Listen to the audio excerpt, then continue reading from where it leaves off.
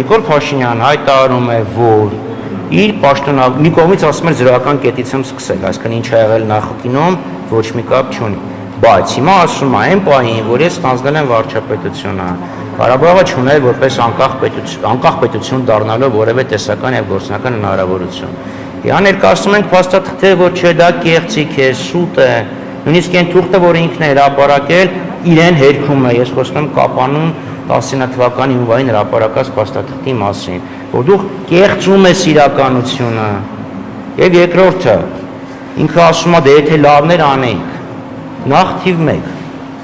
նախ ընդունի, որ ավելի լավներ, քան թե ինչ են, որ դու բանակցել ես։ Սկզբից դա ընդունի։ Երկրորդը, միգուցե անեին, եթե դու չգայիր։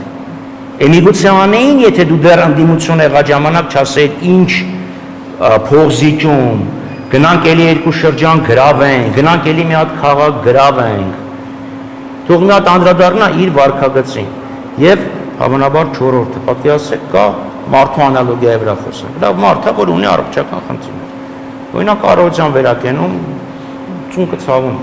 Եվ բժիշկները փորձում են իրան լուծել։ Լավ, ապա այդ մարդը քայլում է։ Հա, մի քիչ նեղում է, որովհետև կարգավիճակը վերջ-վերջը որոշված չէ։ Բայց հա, եղանակը խոնավ է, քայլում է մարդը։ Հիմա ինքը գալիս է, ասես մնացած բոլոր բժիշկներին քշում-քցում է այն կողմ, ասում է տվեք ես հեսա բուժեմ եւ Նեսոյի Ղարաբաղնի սան։ Այդ Նիկոլ Փաշինյանին ես առաջարկում եմ Նեսոյի Ղարաբաղնից հեքիաթը կարդալ։ Ինքը բժիշկներին գցեց այն կողմ, ասեց ես հիմա իրան կբուժեմ, տվեց մարդուն սպանեց, այս դեպքում Արցախի հակամարտությունը բերեց շատ դժվար իրավիճակի, ասում է դե տենց է, դուք լուծեիք, չգայի։ Չընտրեիք չգա, պարոն Խաչատրյան։ Ես եմ ընտրել։ Դուք չէ, բայց Դաշնակցությունը ընտրել։ Նիկոլ Փաշինյանը 2018 թվականին պաշտոններ եք վերցրել։ Կոալիցիայի մաս։ Ուրեմն 2018 թվականին ինքը որ եկավ, ինքը եկավ լրիվ այլ կոստումներով։ Արցախի մասին չէր խոսում։ Լավ, ինքը ընտրվեց, հաջորդ օրը գնաց Արցախ, այնտեղ ելույթ ունեցավ, անվտանգության խորհրդի համատեղ նիստ արեցին, ինքը այնտեղ այլ մոտեցումներ էր ցուցաբերում, այլ խնդիր է, որ արդեն 2018-ի աշնան վերջերից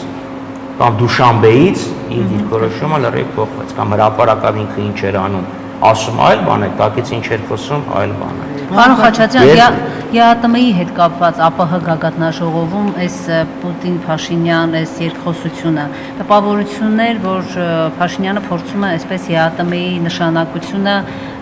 թերագնահատել, ճիշտ եմ հասկանում։ Դա անցյալ տարվա 4 միլիարդի մասին է խոսքը։ Հա, որ այդպես այդ հակասություն էր եղել էլի այդ թվերի միջև։ Դա ինչպես եք բացատրում։ Ես այդ տերը հանել էի